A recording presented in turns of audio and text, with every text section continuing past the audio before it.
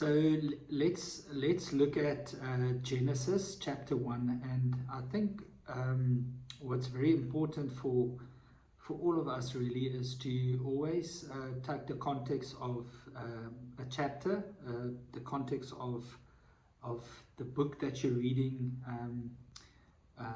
Why was the book written? Who is it written for?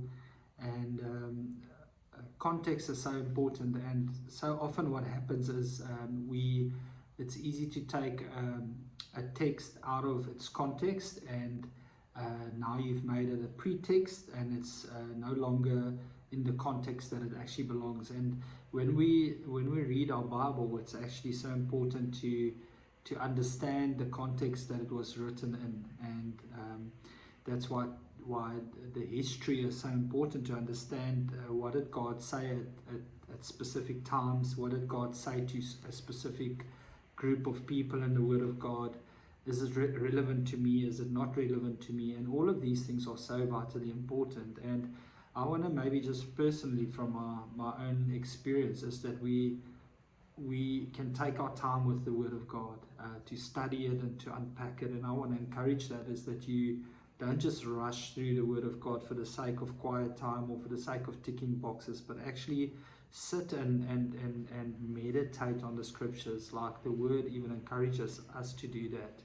And take your time. Take time to actually search words. What is the meaning of it in the Greek and in the Hebrew, etc.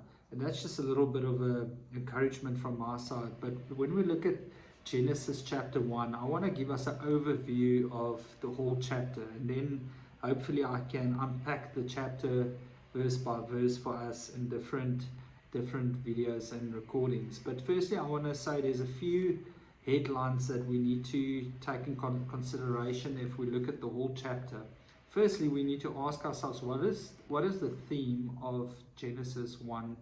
And I know a lot of people has made it about the creation, which is true. There's a lot of about the creation in there, and we read about the creation in Genesis 1, obviously, the start of the world and how God created it. But I would say the theme of Genesis 1 is rather the story about the Creator. A lot of emphasis is made by the creation, but if we study chapter 1 carefully, it's all about the Creator and who He is. And I want to maybe just highlight the verses that you can note in your own Bible study, or if you study this chapter for yourself. What is the things God is highlighting in this portion of Scripture? And you can really exercise this with any portion of Scripture in the Bible, is when you read that chapter, highlight the things that God is pointing out to you, and then meditate on those things. What is God saying? So firstly, I want to highlight a few points that I've made, and I'll go back to the actual Scriptures and just read through them quickly. Now, the first point is, it's all about the Creator. So if you wanted to make a bullet point or number it 1 to whatever, you can do that, but it's all about the Creator. Secondly, God was there before creation. So we need to note that before God created the creation and everything in it, God was already there. And therefore, chapter 1 is all about the Creator. I mean, creation actually came after God was already there. So we'll look at that a little bit in depth a bit later. And then thirdly, God spoke everything into being. For example, God separated the light from the darkness by speaking. So that's one example. So we see the authority of God's words spoken. That's the third thing that you can take out from this. Fourthly, from the beginning, God decided that He would separate light from darkness, and this is a theme and a thread right through the start to the end of history, present and future, that God has called His people to be a people of separation, a called out people. We are, holiness of God cannot be mixed with the unrighteousness of this world, and we see this beautiful thing of God separates light from darkness. And later on we'll look at that specifically how Paul would later speak and refer back to Genesis 1, that he's actually speaking about, it's not just the light and the darkness, the sun and the moon and the night and day, but it's actually the light and the darkness, where Jesus later would say, I am the light of the world, and now you are also the light of the world. So we see this thread right from Genesis 1 right through to Revelation, that God has separated light from darkness, and that this is even before he created Adam and Eve, that God would put his stamp in the ground and say, he's not gonna, this is God's intention, this is God's will and purpose for the world, is that light and darkness do not mix. And we would look a little bit later on how this would actually affect us humans. And then fifthly, we see God created humans. He created us in his image and in his likeness. So that is the 5 points that you can take from it. And I'm sure there's more, but these are like the 5 bullet points in a sense, if you look at the whole chapter in a whole, which is amazing because it speaks about the Creator, God, who God is. And we're going to quickly overview every single point I made. God was there before creation, which is amazing. And then God spoke everything into being by the spoken word. And then he separated light from darkness, and then he created humans in his image and in his likeness. So let's quickly look at the first one, which is God in the beginning. God. If you take the first verse, so Genesis chapter 1 verse 1, it says in the beginning. So the beginning was when? That was before God created the world and the universe and the heavens. It says in the beginning God created the heavens and the earth. So God was there in the beginning, before anything was created. So this when God speaks the language of God is the beginning and the end. God was before creation, and he is the eternal God. He has existed for all eternity, and he's the eternal God. This is very important to understand, because today's world, people make false images of who God is, and it affects people's belief, and it affects the way you see God. If you don't understand that God is not created, Jesus was not created, the Spirit of God was not created, the Father was not created, they were always there. And David Pawson once said a beautiful name that he thought of, like, Lord, reveal your name to me in my heart right now. And the word always came up.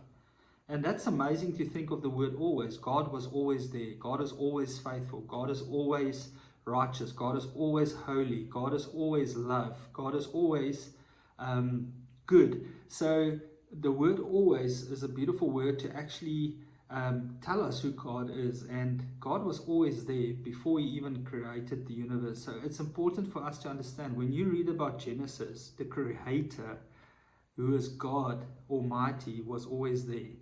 And then the second point that I mentioned about God was there in the beginning, it's actually not the second point, but it flows into the first one, is that the Trinity is revealed in the very first 4 letters. In the beginning, God. Now, why do I say that? Because the word God in the Hebrew is Elohim.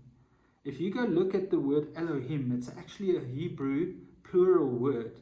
Yet it means it's one God, but it's a plural word. So it means there's a plurality of this word, which is Elohim, which describes God. It's one God, but plural. And this proves, when God later says, when he created man, he said, let us make man in our image and in our likeness. What was God saying? When the Father was saying, let us make man in our image. So in the beginning, the Trinity was there, which means it was God the Father, the Son, and the Holy Spirit. They were there before creation came to being, when God created it, which means it proves that God is love. Because a holy God, a righteous God, a loving God, where does all these things come from? And this settles it so beautifully to know that God was always loving, between the Father, the Son, and the Holy Spirit. Perfect love. It was the love of God. Before creation even, God already loved between the Father, the Son, and the Holy Spirit. God's unity. Unity was there before the universe was created. So there was perfect unity between God, the Father, the Son, and the Holy Spirit. There was perfect holiness. There's nothing that affected God's holiness. And God is pure and spotless. And that was like that for all eternity completely. God is righteous. God's righteousness was there before the universe. So I can go on about certain things about the character of God and who God is that was there before the creation was put in place. And this is important to understand, that things like our love for one another, our unity, our righteousness, our holiness wasn't just an idea that God added on later, but it was actually there for all eternity in the Trinity. And Elohim, us, let us create, let us make them in our image and in our likeness. This is beautiful.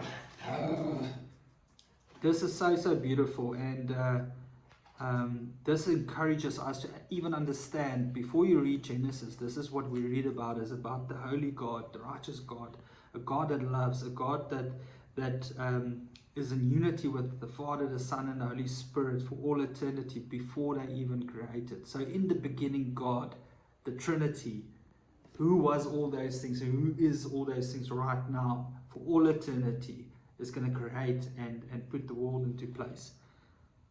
Then in verse 14 to 18, we read about this God, Father, Son, Holy Spirit, would separate the light from the darkness. So we see this thing of God decided, let us separate the light and the light from the darkness. It reads this, and God said, let there be lights in the firmament of the heaven to divide the day from the night, and let them be for signs and for seasons and for days and for years, and let them be for lights in the firmament of heaven to give light upon the earth. And it was so. And God made the two great lights, the greater light to rule the day and the lesser light to rule the night.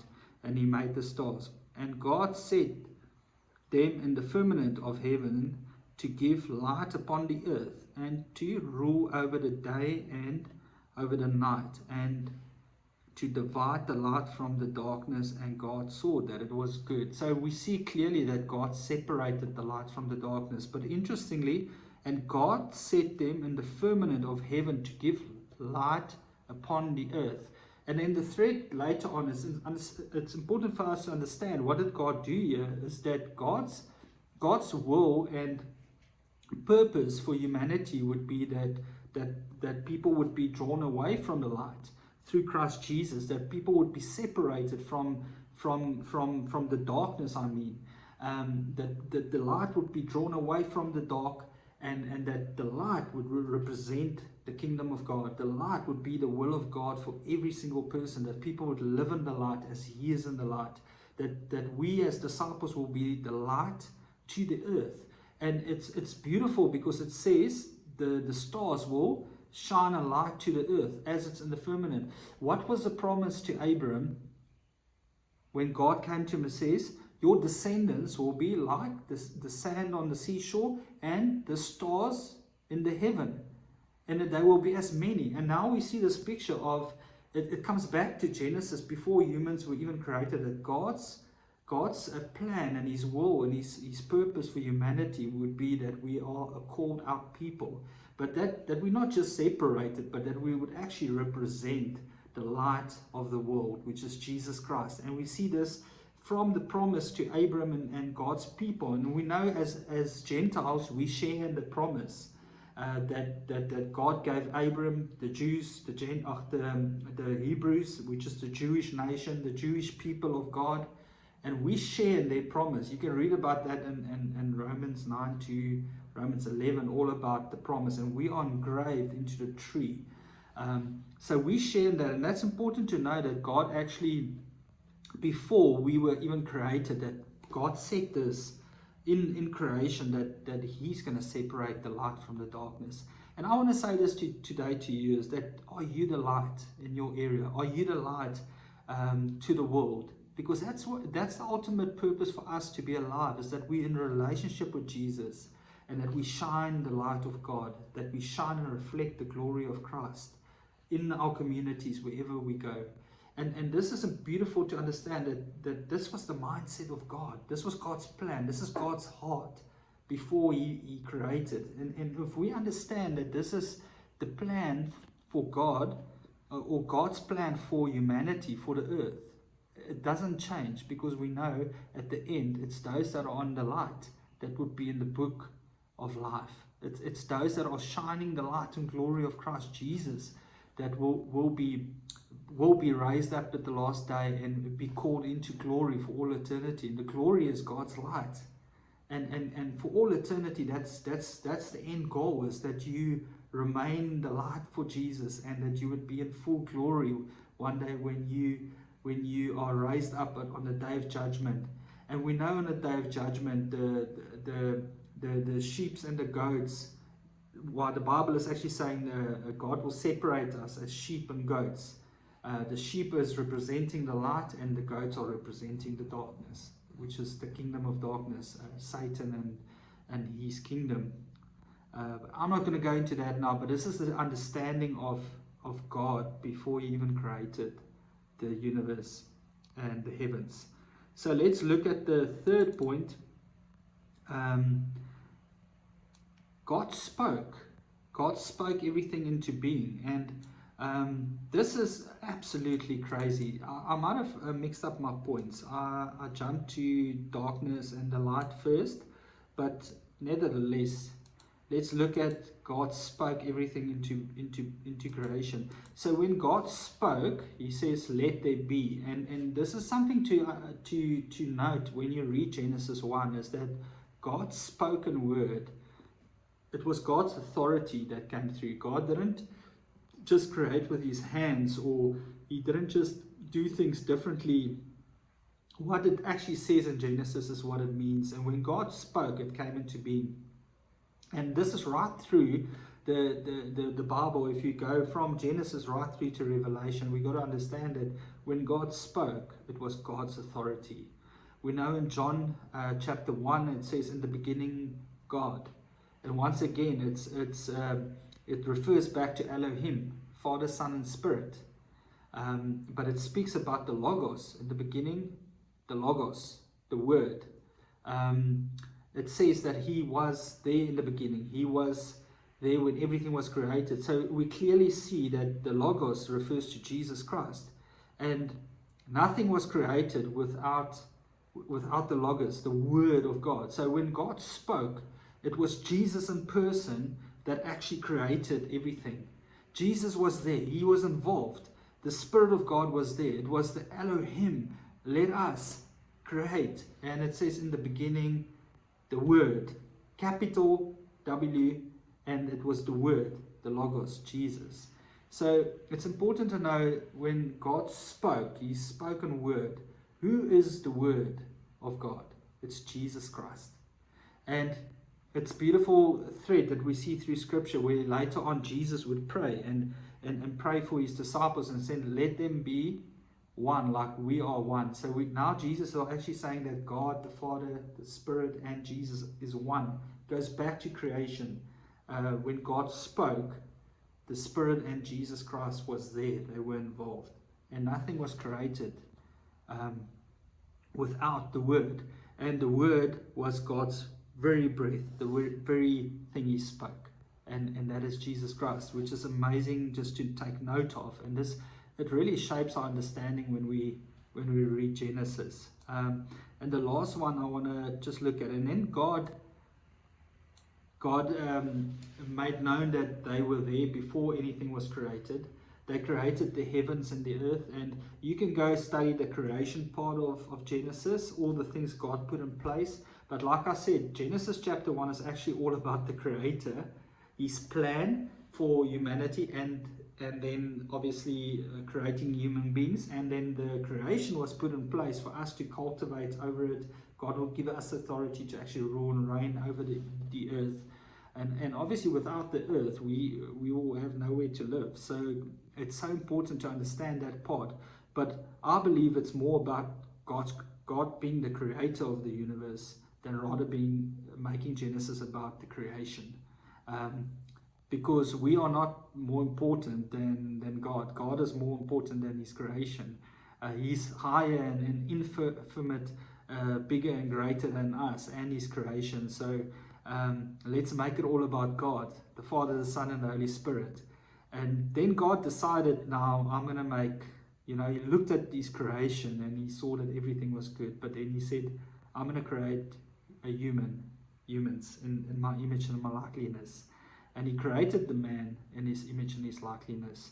And this is beautiful, because God, if you think of everything that God set in place before he created the humans in the image, he already had a plan in place to separate the dark from the light and the light from the darkness. So this would be the very plan for Adam and Eve when God created them in his image and in his likeness. And take note that, remember, it's the Trinity God, Father, Son, and Holy Spirit. They've always been loving one another before creation. They've always been in unity, always been in righteousness, always been holy. There's nothing that's ever affected any of this. And then God says, I'm going to make them in our image and in our likeness. So God's plan for you and me was 100% that we would be in perfect love, perfect unity, righteousness, holiness, and that this would not be obscured, and that God would actually have fellowship with us. And this is what it means when God says, I'm going to create humans in my likeness and in my image, that those things will never be obstructed. And then obviously later on, if we carry on reading chapter 2 and 3, we read the sad part of our great destruction and the fall, when all of these things in our lives, the righteousness, the holiness, God's love, his image and his likeness would be obstructed and obscured because of sin, and how sin entered the world through deception in the Garden of Eden. But this is like the few points that I wanted to bring to us that would actually help you to break open Genesis chapter 1 in such a way where you can understand it just from a theology point of view and doctrinal point of view of who God is and what God actually says about Genesis chapter 1. And I hope this has been helpful. You can go read the chapter, make the points that I've made available to you today, and then go meditate on it and really ask the Lord to come reveal to you.